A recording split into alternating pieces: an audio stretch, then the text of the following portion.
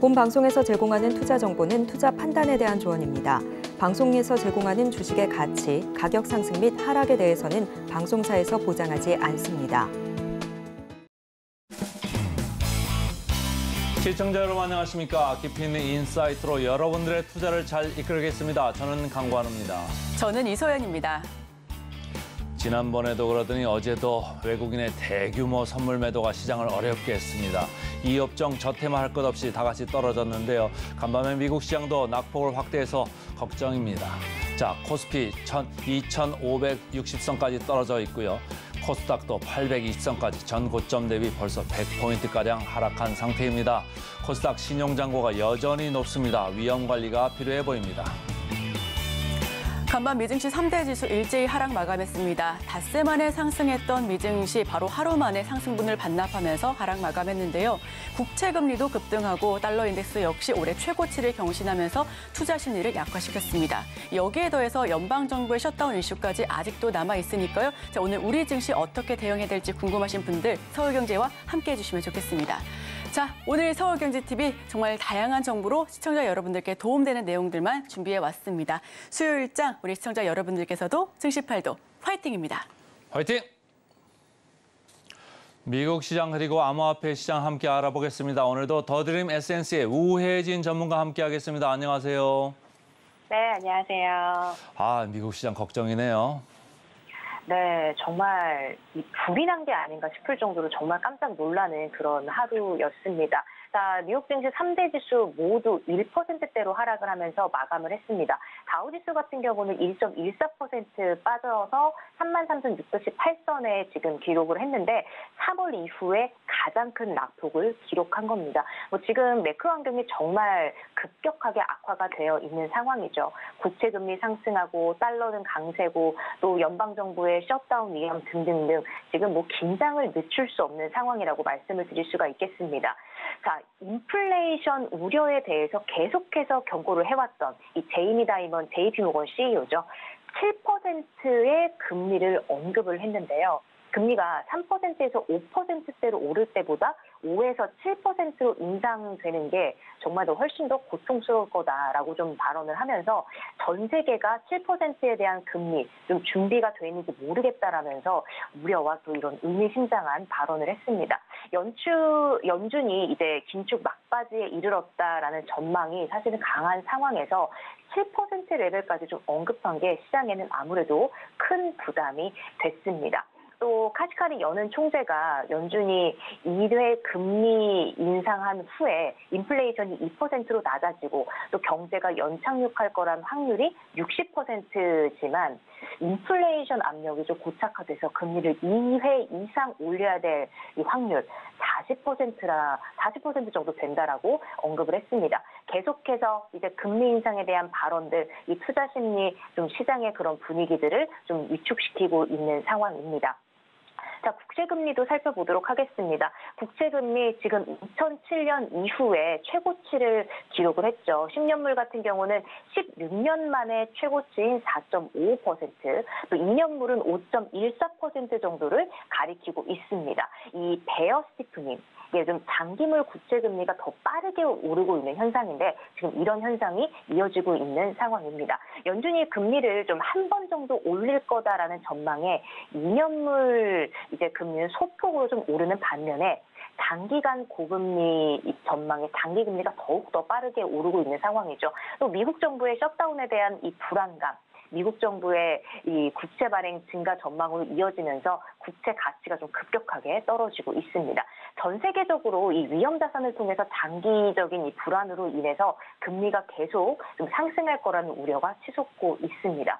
금리 상승이 어떻게 보면은 기업과 소비자들의 이 차입 비용을 증가를 시키면서 경기를 둔화시킬 거란 우려가 있기 때문에 지금 긴장감을 늦출 수 없는 상황입니다. 자, 우리가 또 달러도 봐야겠죠. 지금 킹달러의 귀환이다 이런 표현들이 계속 속속들이 나오고 있는데요. 원달러 환율 같은 경우는 지금 1,350원 그 밑에까지 오르면서 연고점을 경신을 했죠. 달러 인덱스 같은 경우 0.15% 오르면서 106.16을 돌파를 했다가 지금 105.88 정도 수치 지금 가리키고 있습니다. 고금리 장기화, 셧다운 이런 우려로 인해서 위험 자산에 대한 투자 심리 지금 위축되고 있는 상황으로 킹달러가 다시 한번 좀 귀환한 모습이라고 볼 수 있겠습니다. 외환시장의 불확실성 계속해서 커지고 있죠. 그래서 뭐 환율이 지금 1,360원대까지 오를 수 있다라는 전망까지 나오고 있습니다. 자, 국채 금리가 치솟고 있는 상황에서 일부 경제학과 징후에 정말 민감하게 반응하는 모습들 지표에서 나타나죠. 8월 신규 주택 판매는 전월보다 8.7% 감소해서 67만 5천 채를 기록을 했고요. 월가 예상치가 69만 5천 채였는데 그걸 밑돌았습니다. 지난 3월 이후에 가장 적은 수치입니다. 자, 국채 금리 상승에 따라서 모기지 금리가 7%를 웃돌면서 거래량이 정말 크게 준 모습이 나타나고요. 경기에 대한 이 소비자 신뢰까지 같이 떨어졌습니다. 소비자 신뢰지수 8월에는 108.7에서 9월 지금 103으로 뚝 떨어진 모습 보실 수 있습니다. 월가 전망치도 105.5였는데 그 모습을 좀 하회를 했고요. 4개월 만에 최저치를 기록한 모습입니다. 자, 또 29일에는 연준이 이 소비자 물가 지수보다 더 비중을 두고 있는 물가 지수인데 8월 개인 소비 지출 가격 지수가 발표가 됩니다. 또 미국의 2분기 GDP 증가율이 발표가 되는데요. 지금 이렇게 매크로 환경이 급격하게 악화가 되고 있는 상황에서 이 무디스가 이 셧다운에 대한 우려를 경고를 하면서 신용등급에 부정적인 영향을 미칠 거라고까지 이야기를 했죠. 문제는 이제 우리 시장은 내일부터 4거래일 정말 긴 휴장에 들어갑니다. 지표들과 또 여러 가지 상황들이 발표가 되는 시점에서 미국의 상황이 우리 시장에 또 어떤 형식으로 닥쳐올지 정말 우려가 되는 상황입니다. 오늘은 특히나 더 준비를 해야 될 것 같고요. 긴 휴장 후에 10월 또 어떤 전략으로 투자를 해야 할지 정말 중요하겠죠. 또 이번 주에는 특히나 더 증시 파일과 함께 더욱더 적극적인 투자 전략 세워나가셨으면 좋겠습니다. 자, 미국에서 이제 국채금리, 특히 장기채 금리가 갑자기 이렇게 많이 올라가는 베어 스티프닝 급격하게 오른다는 얘기죠. 이게 상당히 안 좋은 표시인데 미국 연방 정부가 이제 셧다운을 한다. 과거에도 트럼프 정부 때도 있었고 오바마 정부 때도 있었는데 각각 15%, 10% 주가가 당분간 이렇게 좀 빠질 가능성이 있다. 그것 때문에 지금 주가 빠지는 것도 있을 수가 있고요. 단지 소비자 신뢰 지수나 신규 판매 지수나 이쪽에서 조금 좀 안 좋아진 게 그나마 좀 다행이다. 이렇게 오히려 bad is good 이렇게 거꾸로 보시면 좋을 것 같습니다. 자, 주식으로 넘어가 볼까요? 지금 특징주를 보면은 전체적으로 빨개가지고요. 뭐 빅테크도 그렇고 대형주도 그렇고 다 밀려 내려갔습니다.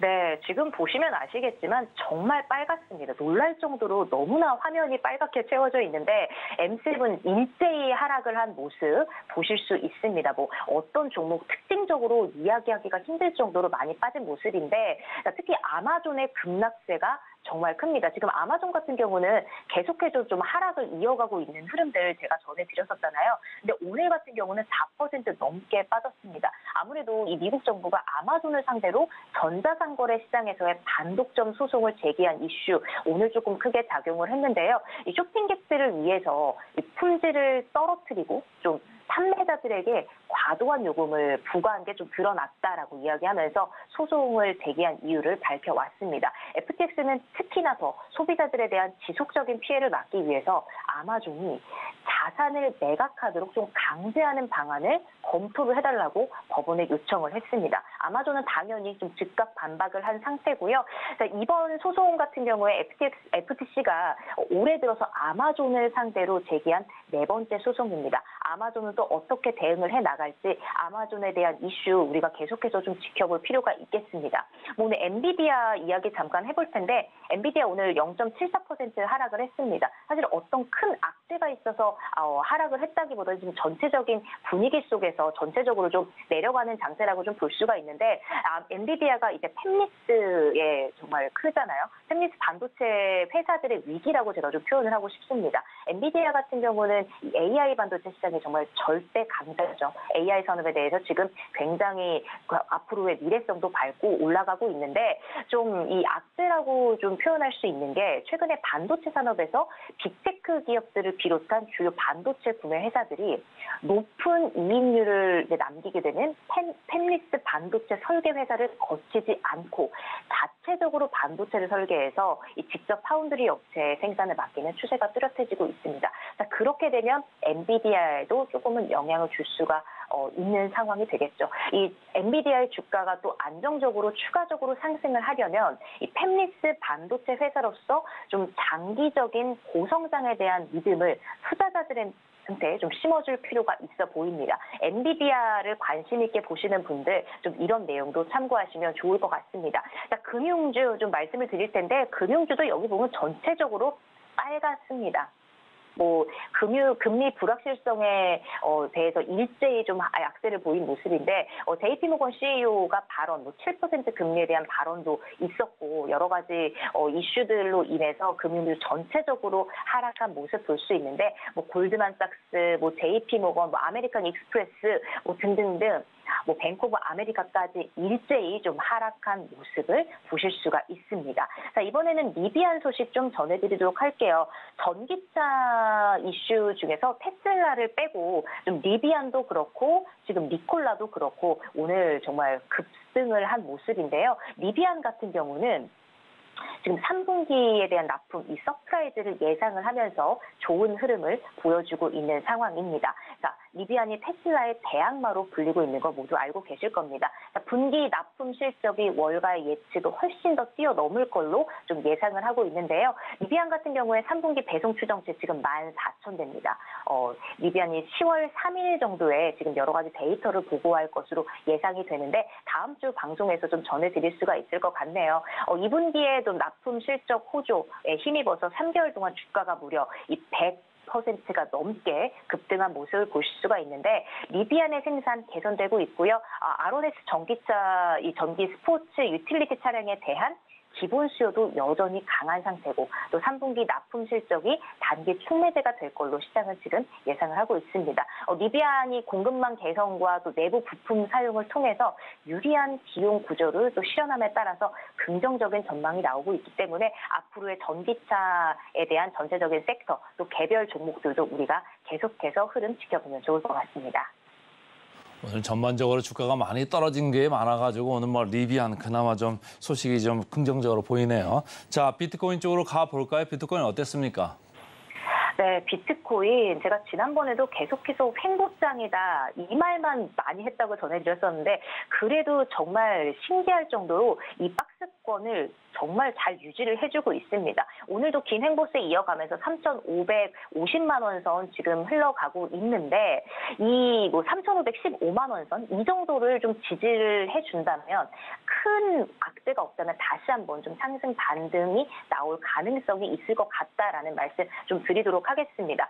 비트코인에 따라서 이더리움 같은 경우도 지금 계속해서 횡보하고 있고요. 리플 같은 경우도 리플은 조금 하락은 했지만 리플도 그래도 흐름 계속 이어가는 모습 좀 보실 수 있습니다. 추가 금리 인상에 대한 우려가 퍼진 상태이기 때문에 더욱더 이 가상 자산에 대한 투심 회복되지 않는 모습이에요.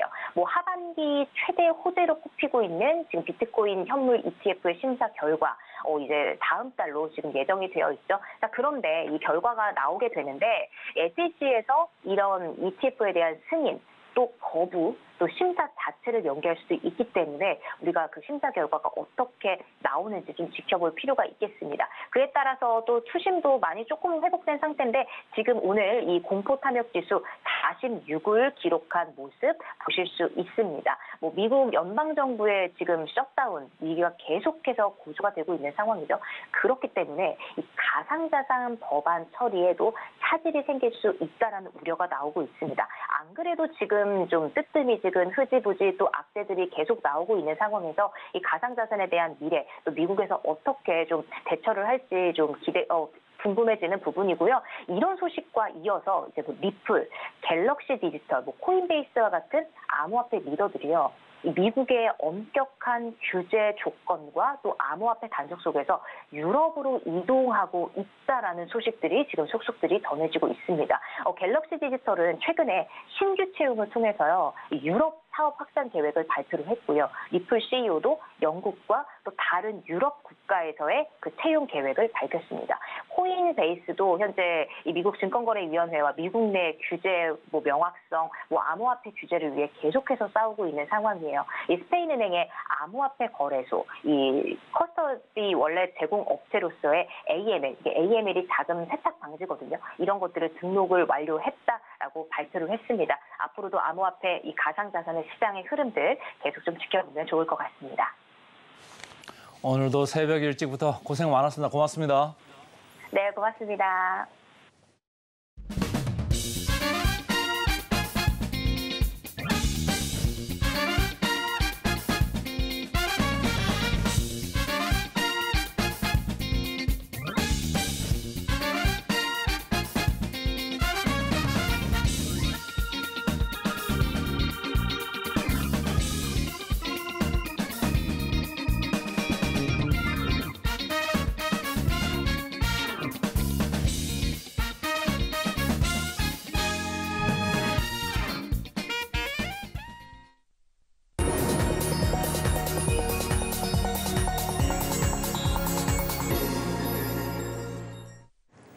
개인 투자자가 아닌 전문가는 장 시작 전 뉴스를 볼 때 어떤 부분에 초점을 맞출까요? 오늘 이분과 이야기 나눠보겠습니다.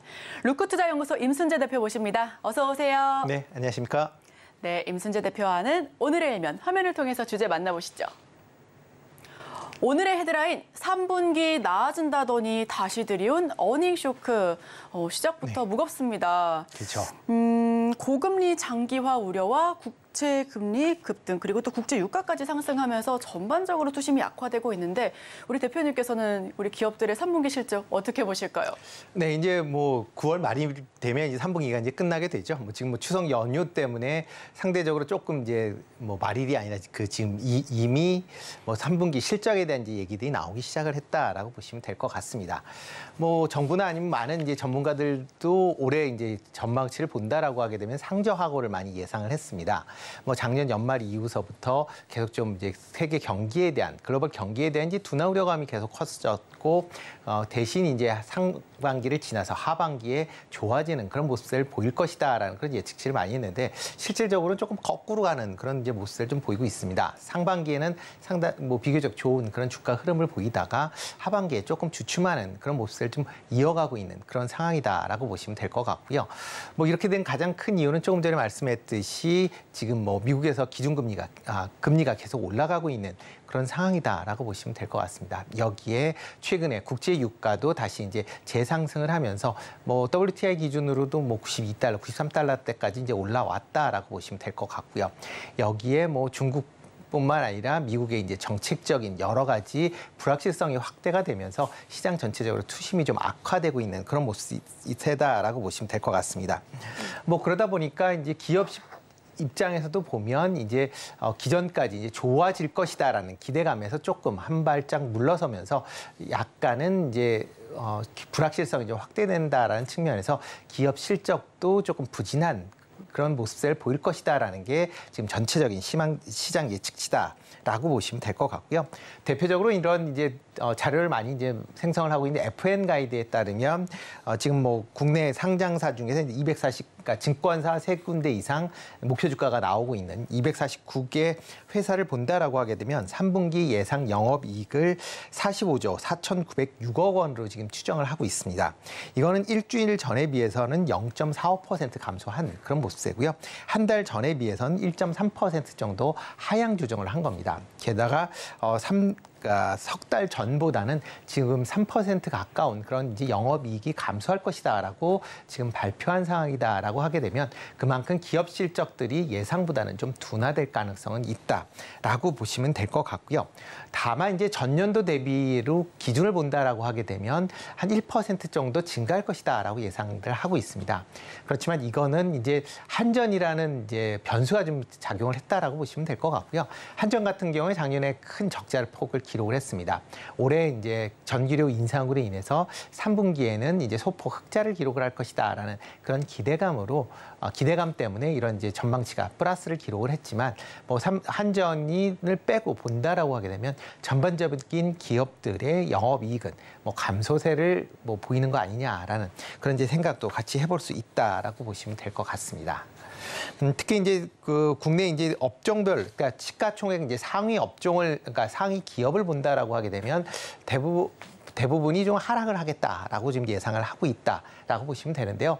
뭐 지금 이제 화면에 나오면 이제 코스피의 이제 시가총액 상위 10개 회사에 대한 지금 3분기 매출 전망치와 그다음에 3분기의 영업이익 전망치를 지금 나타낸 표입니다. 보면 이제 삼성전자나 SK 하이닉스 같이 반도체 관련된 기업들은 기본적으로 실적이 부진할 것이다라고 지금 예상을 하고 있고요. 뭐 매출도 줄어들 것이고 특히 영업이익 분야를 보면 뭐 삼성전자 같은 경우는 뭐 70% 이상 감소를 한다라고 보시면 될 것 같고요. SK 하이닉스도 적자가 지속이 된다라고 보시면 될 것 같습니다. 특히 이제 삼성전자 같은 경우를 본다라고 하게 되면 지금 영업 전망치가 이제 2조 5,300억 정도를 지금 예상을 하고 있는데 이 수치는 지난달에 나왔던 예상치보다는 한 15% 정도 지금 하향 조정이 돼 있는 그런 상황입니다. 그만큼 3분기에 대한 실적이 시장 예상치가 계속 하락을 한다라고 보면 실질적으로 영업이익이 이보다 좀 작게 나올 가능성도 생각해 볼 수 있다라고 보시면 될 것 같고요. 뭐 가장 큰 이유는 뭐 DDR4와 같은 D램, 그다음에 낸드 플래시에 대한 재고 부분에 대한 부분이 여전히 좀 실적을 압박 요인으로 작용을 한다라고 보시면 될 것 같습니다. 다만 이제 최근에 주가 상승을 이끌었었던 가장 큰 이유를 본다라고 하게 되면 뭐 HBM3나 그다음에 DDR5와 같은 최첨단 공정을 그 D램 관련된 부분에 매출이 증가할 것이다라는 기대감이 지금 선반영되고 있는 그런 상황이지만 아직까지는 전체적인 그 관련된 포지션이 크지 않는 상황이기 때문에 뭐 아직까지는 실적으로는 나타날 때까지 조금 더 시간이 걸릴 것이다라는 좀 생각을 좀 해보고 있습니다. 다만 이제 SK 하이닉스 같은 경우는 지금 영업이익이 1조 6천억 정도를 지금 예상을 하고 있는데요. 이거는 지난 3개월 전에 2조 3천억 적자보다는 상당히 좀 개선되는 그런 모습을 보이고 있다라고 보시면 될 것 같고요. 이와 같이 이제 개선되는 그런 이제 모습을 보이는 가장 큰 이유는 엔비디아의 이제 HBM3를 납품하면서 그거에 대한 매출 기대감이 일단 시장 예상치에 반영이 되고 있다라고 보시면 될 것 같습니다. 또 하나가 자동차 관련된 업종의 실적도 상당 부분 개선이 될 것이다라고 지금 예상을 하고 있는 그런 상황입니다. 뭐 지금 현대차나 기아 같은 경우도 지금 좀 전에 자료를 보신다라고 하게 되면 뭐 현대차 같은 경우는 뭐 영업이익이 작년 대비 124% 증가할 것이다라고 예상을 하고 있고요. 기아 같은 경우도 263%가 증가할 걸로 지금 예상을 하고 있습니다. 이렇게 큰 폭의 증가를 보이는 가장 큰 이유는 친환경 차량, 그다음에 SUV 차량에 대한 판매가 호전을 보이면서 뭐 수익성이 상당 부분 개선이 될 것이다라는 기대감이 반영이 돼 있다라고 보시면 될 것 같고요. 현대차 같은 경우는 지난 3개월 전보다 영업이익 예측치가 20% 이상 확대가 될 것이다라고 지금 전망을 하고 있고요. 기아 같은 경우도 지난 3개월 전보다 16% 정도 영업이익이 확대할 것이다라고 얘기를 할 만큼 일단 자동차 관련된 업종들의 실적은 상당 부분 개선되는 그런 모습을 이어갈 걸로 보여집니다. 뭐 코스닥 같은 경우를 본다라고 하게 되면 코스닥 기업 같은 경우는 지금 뭐 상위 10개 종목 중에서 3개 종목 같은 경우는 아직까지는 증권사의 그런 데이터가 없기 때문에 뭐 지금 상위 6개만 지금 제가 따로 추려서 지금 보시면 될 것 같은데요. 상위 6개 회사 중에서 4개 회사가 2차 전지 관련된 회사다라고 보시면 될 것 같습니다. 그만큼 코스닥 같은 경우는 2차 전지의 움직임에 따라 코스닥 지수가 움직인다라고 보시면 될 것 같고요. 이런 이제 2차 전지 관련주들의 실적이 어떻게 움직이느냐를 이제 보신다라고 하게 되면 비교적 좀 실적이 전년에 비해서 좀 부진할 걸로 지금 예상이 되고 있습니다. 올 초에 그 2차 전지 관련주들이 전반적으로 상승할 때의 주가 흐름은 향후에 2차 전지, 특히 이제 전기차의 판매가 활발히 이루어지면서 2차 전지의 생산량도 급속히 증가할 것이다라는 기대감이 지금 반영이 됐는데요. 실질적으로 보면 최근에 뭐 전기차의 판매가 다소 둔화되고 있는 그런 상황이고요. 특히 이제 중국의 LFP 계열의 배터리의 시장 점유율이 확대가 되면서 국내 업체들의 매출 증가세도 조금 둔화되는 거 아닌가라는 생각을 해보고 있습니다. 그러다 보니까 뭐 대표적인 뭐 에코프로 같은 경우도 전년 대비 영업이익률 같은 경우 34% 정도 감소할 것이다라고 예상을 하고 있고요. 에코프로 비행 같은 경우도 지금 25%, 그다음에 LNF 같은 경우도 54% 감소할 걸로 지금 예상을 하고 있는 그런 상황입니다. 이뿐만 아니라 뭐 지금 바이오를 하고 있는 셀트리온 헬스케어 같은 경우도 유럽 내의 판매 부진으로 인해서 영업이익률이 30% 이상 감소할 걸로 지금 예상을 하고 있을 만큼 2차 전지 관련된 종목들은 일단 실적에 관련된 부분을 확인하신 이후에 아마 투자를 아마 계속 하실지 아니면 매도하실지를 아마 확인해 보셔야 되지 않을까라는 생각이 들고 있고요.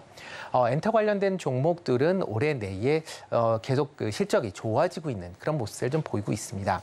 대표적으로 지금 JYP 엔터 6위를 하고 있는 엔터 같은 경우도 실적 개선세가 좀 뚜렷하게 좀 나타나고 있다라고 보시면 될 것 같고요. 주요 그 소속 아티스트의 음반 판매, 그다음에 글로벌 콘서트 등의 이 이제 호황을 보이면서 공연 수입이 확대가 되고 있다라는 게 매출 및 그다음에 영업이익을 큰 폭으로 증가시키고 있는 그런 상황이다라고 보시면 될 것 같습니다. 주요 엔터사들의 이제 3분기 예상 실적을 잠깐 본다라고 하게 되면 하이브 같은 경우는 전년도보다 매출이 20% 증가한 5,300억대를 예상을 하고 있고요. 영업이익 같은 경우도 8% 증가한 650억대를 예상을 하고 있습니다. JYP 같은 경우는 매출 같은 경우 46% 증가한 1,390억대 정도를 예상을 하고 있고요. 영업이익도 54% 증가한 420억대를 예상을 하고 있는 그런 상황입니다. SM도 매출은 33%, 그다음에 영업이익은 75% 증가할 걸로 예상이 되고 있고요.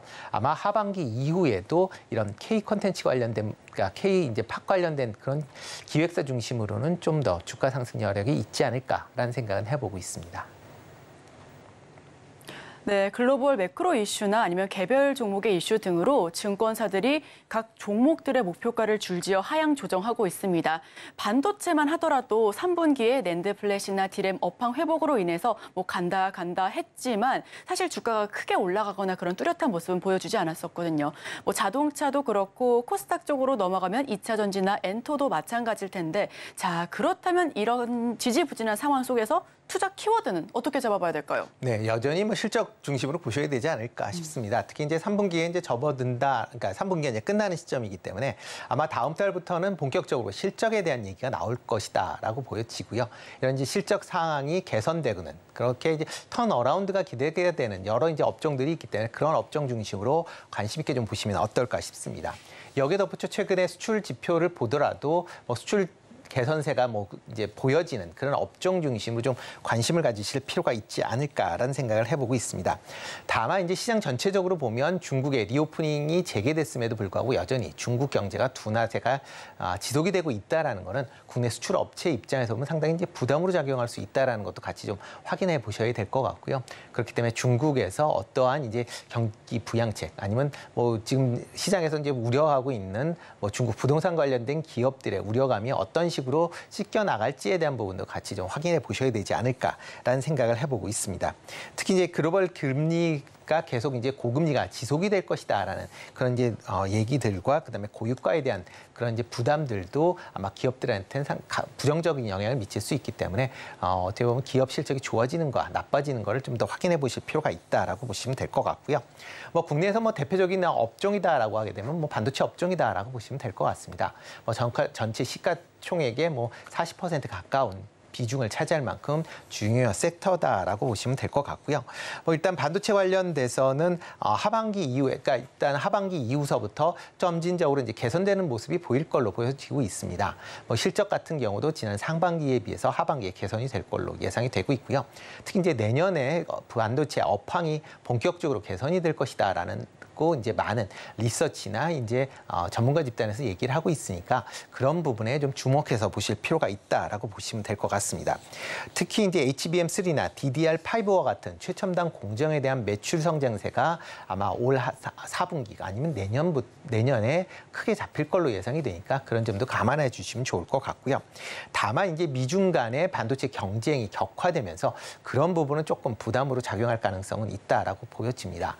그렇지만 중국 내에 있는 생산 시설 자체가 이제 레거시 제품을 생산하는 그런 이제 공정들이 많기 때문에 최첨단 공정을 하고 있는 한국 한국 공장 중심으로 뭐 순이익이 큰 폭으로 증가한다라고 하게 되면 그 부분은 좀 긍정적으로 영향을 미칠 가능성은 있다라고 보여지고요. 특히 이제 반도체 관련된 업황에 대한 부분은 하반기 이후에 이제 업황에 대한 부분은 내일 새벽에 이제 마이크론 테크놀로지가 실적 발표를 하게 됩니다. 이런 분기 실적에서 과연 마이크론 테크놀로지의 가이던스를 어떻게 내는지에 대한 부분을 좀 더 주목해서 볼 필요가 있지 않을까. 그렇기 때문에 내일 아침에 뭐 마이크론 테크놀로지의 실적에 따라서 뭐 연휴 이후에 반도체 관련된 주가 흐름이 좀 달라질 가능성은 있으니까 그런 점도 좀 참고해서 보시면 어떨까 싶습니다. 또 하나는 이제 자동차 관련주입니다. 뭐 자동차 관련주가 계속 주가가 지금 지지부진한 그런 모습을 뭐 여전히 보이고 있는 그런 상황이지만 뭐 실적 측면에서 보면 상당히 좋은 그런 모습세가 이어지고 있다라고 보시면 될 것 같고요. 뭐 현대나 기아 같은 경우도 뭐 3분기 실적 자체가 상당히 좋아질 걸로 예상이 되고 있습니다. 특히 현대차 같은 경우는 뭐 매출이 5% 가까이 증가한 40조 원이 지금 예상이 되고 있는 그런 상황이고요. 뭐 영업이익도 3조 5천억대를 지금 바라보고 있는 그 정도로 이제 실적이 좋아지고 있다라고 보시면 될 것 같습니다. 기아 같은 경우도 지금 영업이익이 2조 8천억대로 전년 대비 2.6배 정도 증가할 걸로 예상이 된 만큼 이렇게 이제 자동차 관련된 부분은 계속 좀 관심 있게 좀 보셔야 될 걸로 보여지고요. 뭐 전기차에 대한 우려감으로 주가가 뭐 상승이 좀 상당 부분 제한이 된다라고 보여지는데 일단 뭐 내년 상반기에 미국의 조지아 공장이 완성이 된다라고 하게 되면 이런 전기차에 대한 우려는 상당 부분 제거가 될 가능성은 있다라고 보여집니다. 그렇기 때문에 이런 좋은 실적과 그다음에 향후 전기차에 대한 우려감이 뭐 자제된다라고 하게 되면 주가는 지금보다 좀 탄력적으로 운영될 가능성이 있기 때문에 그런 점에 좀 주목해서 보시면 어떨까라는 생각을 좀 해보고 있습니다. 그 다음에 관심 있게 보셔야 될 거는 아마 식료품 관련된 부분도 여전히 좀 관심 있게 좀 보시면 어떨까 싶습니다. 특히 뭐 통신이나 뭐 식료품 그다음에 식료품 그다음에 금융 같은 경우에 이제 최근에 경기 방어주로서의 이제 시장 분위기가 지금 나오고 있는 그런 상황이고요. 관련돼서 주가도 좀 탄력적으로 움직이고 있으니까 이런 부분도 같이 주목해서 보시면 좋을 걸로 생각이 됩니다.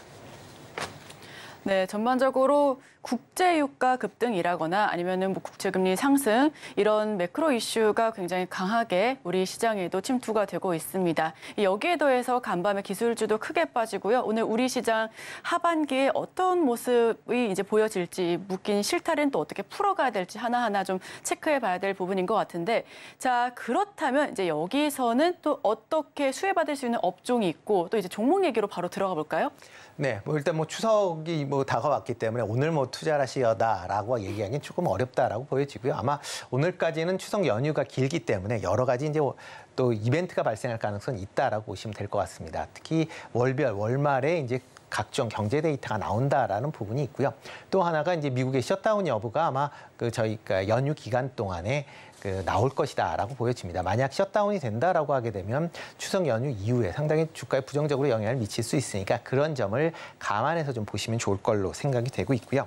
뭐 기업적인 측면에서 본다라고 하게 되면 뭐 실적이 좋아지는 그런 기업 중심으로 여전히 관심 있게 좀 보시면 좋을 걸로 예상이 되고 있습니다. 대표적으로 이제 현대차, 뭐 자동차 관련된 기업들은 여전히 관심을 가지셔야 되지 않을까라는 좀 생각을 해보고 있고요. 뭐 3분기 관련된 실적도 호전을 보일 걸로 예상이 되고 있고 4분기에도 실적이 좋아질 걸로 예상이 되고 있습니다. 뭐 내년까지도 실적에 대한 부분은 크게 우려하지 않아도 되지 않을까라는 개인적인 생각을 해보고 있고요. 특히 이제 친환경 차량, 그다음에 SUV 차량에 대한 판매가 계속 호조를 보이고 있습니다. 특히 북미 시장 내에서 지금 시장 점유율이 10% 이상을 지금 유지하고 있다라는 것도 긍정적으로 영향을 미친다라고 보시면 될 것 같고요.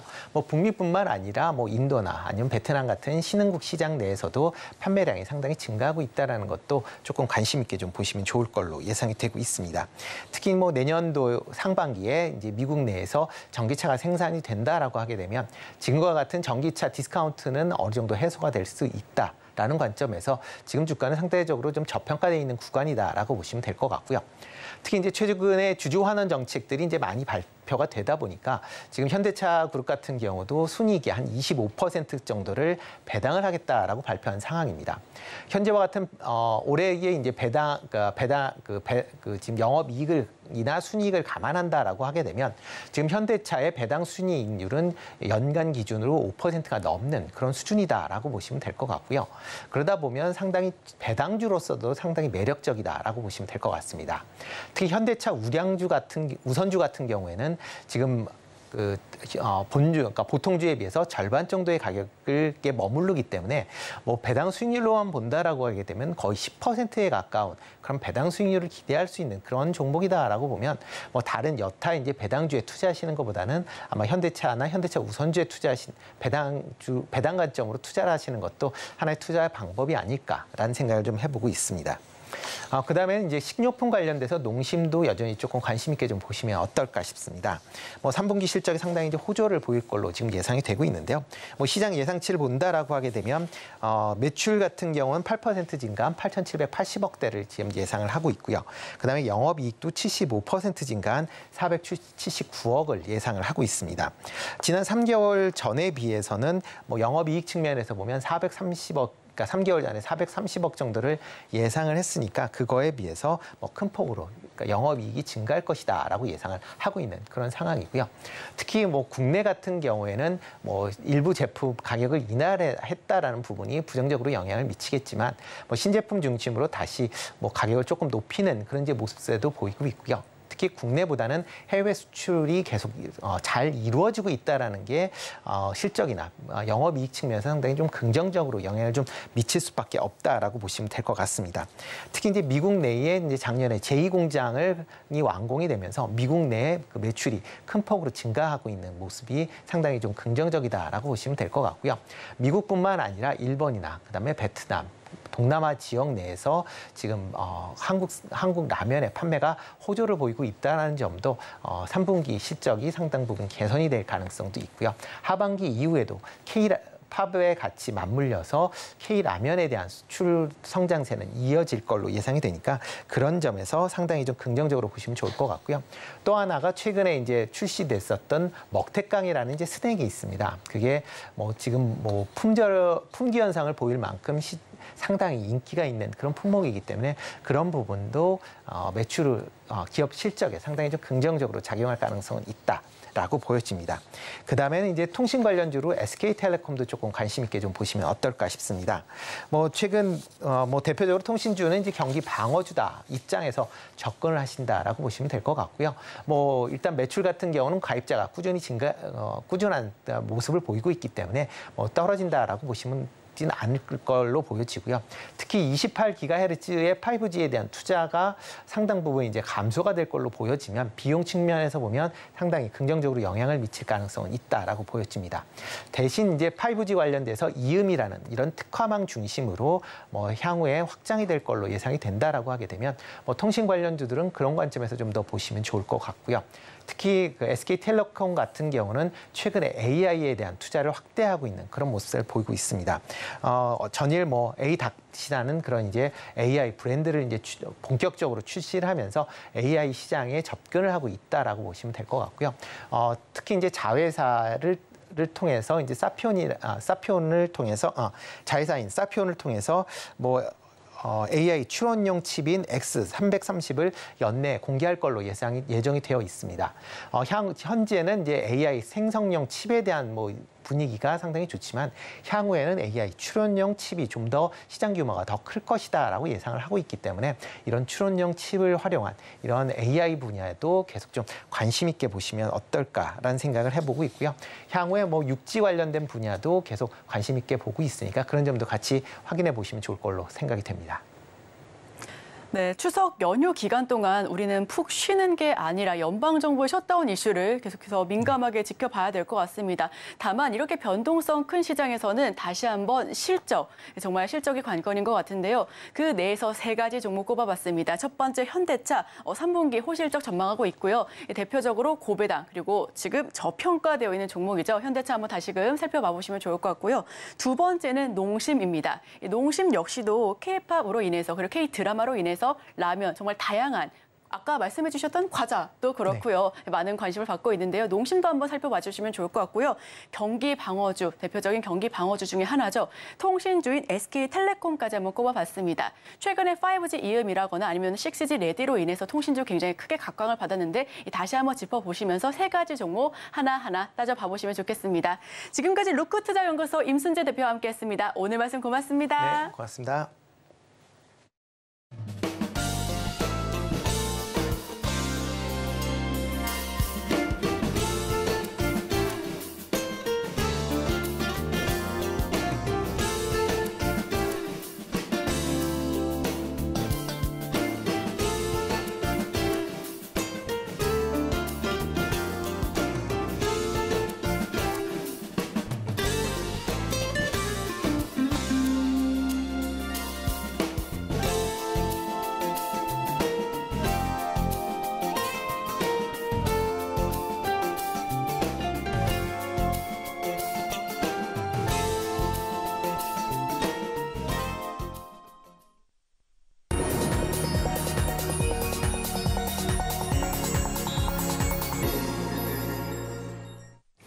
수요일 아침 8시 반입니다. 매일 아침 8시 반 저희 서울경제TV에서 센티멘탈 대 펀더멘탈 계속적으로 각광을 받고 있고요. 오늘도 두 종목 출발을 해보겠습니다. 오늘은 두산 센티멘탈로 제가 가져왔고요. 펀더멘탈로는 현대유야 이렇게 두 종목입니다. 자, 두산부터 좀 보겠습니다.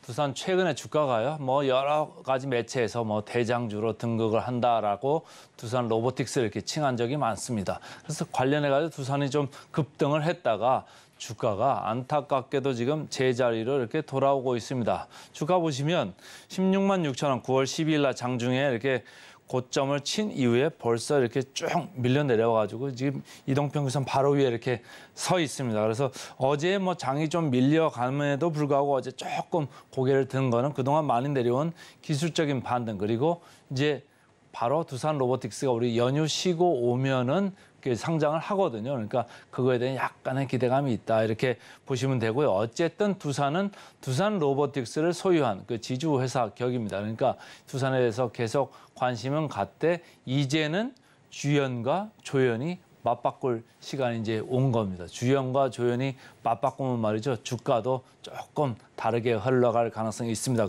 그런 측면에서 오늘 제가 분위기를 좀 탈 거다 이렇게 센티멘탈 주식으로 가져왔습니다. 자, 로봇 관련주들 최근에 어떤가 제가 좀 주가적으로 한번 풀어드리겠습니다. 레인보우 로보틱스 연초 대비해서는 가장 많이 올랐죠. 그리고 그 뒤를 따라 올랐던 게 이제 T 로보틱스인데 T 로보틱스가 최근에 주가가 같이 이렇게 밀려 내려가고 있고요. 뉴로메카는 그나마 좀 견디고 있고 그렇지만 SBB테크도 조금 그 고개를 많이 숙이고 있습니다. 단지 저희가 그때도 말씀드렸던 SPG 그야말로 매출도 있고 영업이익률이 한 5에서 6% 정도 되는 아주 돈 버는 몇 안 되는 로봇 업체다, 감속기 업체다 이렇게 말씀을 드렸댔죠. 그래가지고 SPG는 그나마 주가가 잘 견디고 있다. 주가 하락폭이 좀 덜하다 이렇게 보시면 되고 전체적으로 로봇 대장주들 아까 말씀드린 대로 레인보우 로보틱스, T 로보틱스, SBB테크, 뉴로메카 전체적으로 주가가 안 좋습니다. 자, 두산 로보틱스 상장 바로 임박하고 있습니다. 저희 이제 연휴 세고 오면은 바로 상장이 되는데요. 이제는 이벤트가 거의 끝나가는 막바지다 이렇게 보시면 되겠습니다. 그래서 두산 로보틱스로만 보면 그리고 특히 두산으로만 보면 상당히 좋죠. 흥행몰이를 해가지고 지금 IPO를 아주 좋은 가격에 좋은 밸류에이션에 지금 올라오는 격이 됩니다. 그래서 공모가가 2만 6천 원을 결정됐죠. 그래서 상장 당일 아침에 어떻게 움직일지는 모르지만은 매체에서는 따블이나 따따블 이런 단어들이 좀 나오고 있어요. 과연 시장의 분위기가 그거를 받침해 줄 수 있겠느냐 이런 생각은 하고 있습니다만은 아무래도 이제 상장하는 물량이 이렇게 많지는 않고 락업 그러니까 기관들이 먼저 그 대규모 물량을 확보하는 거는 당분간 팔 수가 없죠. 그렇기 때문에 그 아주 변동성이 클 수는 있습니다만 위쪽으로 많이 보고 있습니다. 그래서 이벤트가 지금 있기 때문에 두산이 단기적으로 좀 분위기 탈 수 있다 이렇게 보시면 되고요. 두산 로보틱스 여러분이 잘 아시지만은 국내적으로도 글로벌적으로도 상당히 협동 로봇에서 시장 지위가 단단한 이런 업체입니다. 자, 상당히 중요한 말씀을 제가 이제 하나 드리는데요. 두산 로보틱스, 그럼 올라오는 가격이 도대체 얼마야 올라오는 거냐? 이 회사가 영업이익은 얼마냐? 매출은 얼마냐? 이런 거에 관심이 많을 것 같은데, 영업이익은 금년에 뭐 예상 나온 거 보니까 증권사 리포트를 보니까 한 500에서 600억 이 정도 수준이에요. 그러니까 그러니까 매출이 그렇죠. 근데 영업이익은 여전히 적자 상태다, 이렇게 보시면 되겠습니다. 그래서 매출은 어느 정도 나고 내년에는 이제 1,000억 정도 보더라고요. 그래서 매출은 급격하게 늘어날 거로 보지만 이익 측면에서는 여전히 조금 아쉬운 면이 있다, 이렇게 보시면 되고요. 그래서 제가 척도를 주가 밸류에이션하는 여러 가지 PER도 있고 PBR도 있습니다만은 PSR, 여기 S는 매출입니다. 세일즈. 매출 대비해가지고 이 회사의 밸류에이션이 현재 어디 있느냐, 이걸 봤을 때 상장돼서 공모로 올라오는 그 가격을 기준으로 했을 때는 제가 계산해 보니까 28배 정도 됩니다. 근데 우리가 보통 제조업체에서 PSR 평균 이러면 1배가 안 되는 경우가 많고요. 뭐 삼성전자 지난번에도 말씀드렸습니다만은 PSR 한 1.5배, 1.4배 이 정도 와 있습니다. 그래서 로봇 업체는 PSR 어딘가 그때도 말씀을 드렸죠. 로봇 업체 PSR 상당히 큽니다. 높습니다. 그래서 제일 이제 주가가 많이 올랐던 레인보우 로보틱스죠. 그때는 200배가 넘어갑니다. 201배였습니다. 했는데 주가가 조금 밀려가지고 이제는 189배까지 조금 내려와 있고요. 근데 여전히 높죠. 뉴로메카 40배, SBB테크 37배 이렇게 높습니다. 그래서 28배로 두산 로보틱스가 올라온다 그러면 유진 로봇과 SBB테크 이 중간 정도로 올라오는 거죠. 근데 그날 매체가 희망하듯이 더블이나 따더블을 간다, 이런 얘기를 한다면은 28배가 어느덧 바로 35배, 40배 이 반열에 오를 수 있고요. 한 번 더 간다 그러면 이 뉴로메카보다도 더 높아지는 그런 밸류에이션까지 이룰 수가 있다. 근데 이제 뭐 누가 밸류에이션에 대해서 누가 알겠습니까?만은 일단은 상당히 고공권 밸류로 상장에 들어온다, 이렇게 보시면 되겠습니다. 자, 그렇지만 로봇 관련주 최근에 많이들 내렸죠. SBB테크도 많이 내렸고 T로보틱스도 많이 올라갔다가 29% 내렸습니다. 레인보우 로보틱스도 22%. 그래서 전체적으로 평균적으로 고점 대비해서는 29% 정도 내렸다. 그나마 돈 벌고 있는 SP지만 좀 덜 내렸다, 이렇게 보시면 됩니다. 자, 그래서 이제는 이런 이벤트가 막바지에 있기 때문에 두산 고유의 이 회사 본연의 실적으로 좀 봐야 된다. 이제 조연 역할로 이제 넘어가기 때문에 실적을 보고 실적에 기반한 주가 퍼포먼스가 이어질 거다, 이렇게 보는 거죠. 여기서는 이제 동박적층이죠. 이 전자 비지가 계속적으로 이제 영업을 하고 있는데 뭐 IT 안 좋잖아요. 근데 조금 좋아질 수 있다. 재고가 좀 소진될 거다, 이런 측면에서 좀 보면 되는 거고요. 이후에는 자체 사업, 이쪽 전자 비즈를 좀 주목하자라는 게 BNK 투자증권의 견해입니다. 역사적 밸류 밴드로 보면 상단에 와 있죠. 이미 뭐 두산 로보틱스라는 이벤트까지도 주가에 상당히 머문고 있는 이런 주가다, 이렇게 이해를 하시면 좋겠습니다. 자, 목표 주가, 그러나 최근에 두산 로보틱스 이벤트 때문에 주가는 많이 올렸죠. 그래서 현재 상승 여력 41% 있습니다. 그래서 오늘은 센티멘탈 종목으로 두산 먼저 말씀을 드렸습니다. 자, 이제는 펀더멘탈 주식입니다. 펀더멘탈 주식. 오늘은 현대위아입니다. 최근에 현대그룹 관련주들이 좀 좋습니다. 차트 보시죠. 현대 기아를 제가 어제 말씀드렸고 현대차도 지난주 말씀드렸죠. 현대위아 녹색으로 표현되어 있는데요. 최근에 주가 상승세가 기아나 현대차보다 훨씬 가파르게 지금 올라오고 있습니다. 그래서 제가 제목을 최근 강세 진행 중이다, 이렇게 말씀을 드리고요. 자, NH투자증권에서 리포트가 나왔습니다. 그래서 지금 엔진 부분에 대한 우려 때문에, 전기차에는 엔진 안 쓰지 않습니까? 그러니까 엔진 부분에 대한 우려 때문에 주가가 안 좋았습니다. 최근에는 사업이 좀 바뀐다, 지금 변화된다, 원년이다, 이렇게 보는 사람들이 점점 많아지는 것 같습니다. 그러니까 주가에 조금 탄력이 붙고 있다, 이렇게 보면 되고요. 24년 기계 부분에서 여러 가지 신규 수주가 좀 들어온다. 거기에서 좀 들어오는 소식이 로봇이죠. 로봇 관련해서 수주가 있을 것 같다라는 얘기고, 25년 자동차 부분에서도 신규 사업 여러 가지가 전동화 부분 관련해서 이제 기여가 늘어날 거다 이렇게 보고 있습니다. 신한투자증권에서도 제목을 엔진, 전기차, 로봇, 자동화 그래서 전체적으로 뭐 좋아질 거다 하면서 우려는 많이 반영됐다. 이렇게 보고 있습니다. 주가 차트 보시면 최근에 외국인 기관 계속적으로 쌍끌이하면서 시장은 내려오고 있습니다만은 현대위아는 오히려 오르고 있다. 어제도 잘 견뎠다. 이렇게 보시면 됩니다. 밴드 차트로 봤을 때 엔진에 대한 우려가 상당히 들어와 있죠. 하단에 머물고 있습니다. 자, 그러나 PER, PBR 뭐 그렇게 높지는 않고요. 근데 24년에 더 좋아질 거고 25년에 좋아질 거라는 거를 지금 주가는 미리 선행해서 반영하기 시작한 것 같습니다. 자, 목표 주가 보겠습니다. 목표 주가 79,200원인 컨센서스인데요. 상승 여력 26% 남았습니다. 그래서 오늘은 센티멘탈러, 두산, 펀더멘탈러, 현대, 위아 두 종목 말씀드렸습니다. 오늘의 핵심 요약 세 줄입니다. 미증시 국채금리 상승에 3대 지수 1%대 하락 마감했습니다. 오늘에 일면 3분기 나아진다더니 다시 들이운 어닝쇼크 그림자, 실적 개선 기대주 세 종목 공략해봤고요. 마지막으로 센티멘탈 대 펀더멘탈, 두산 로보틱스 상장 기대감으로 주목받았죠. 하지만 이젠 두산 그 자체를 보셔도 좋습니다. 두산, 그리고 자동차 부품도 엔진 사업도 양호합니다. 현대, 위아, 펀더멘탈로 꼽아봤습니다. 저희는 바로 이어서 증시 구로 돌아오겠습니다. 해당 방송도 서울경제TV와 함께 하시죠.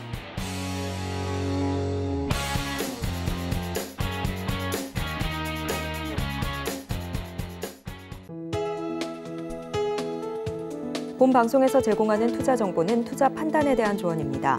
방송에서 제공하는 주식의 가치, 가격 상승 및 하락에 대해서는 방송사에서 보장하지 않습니다.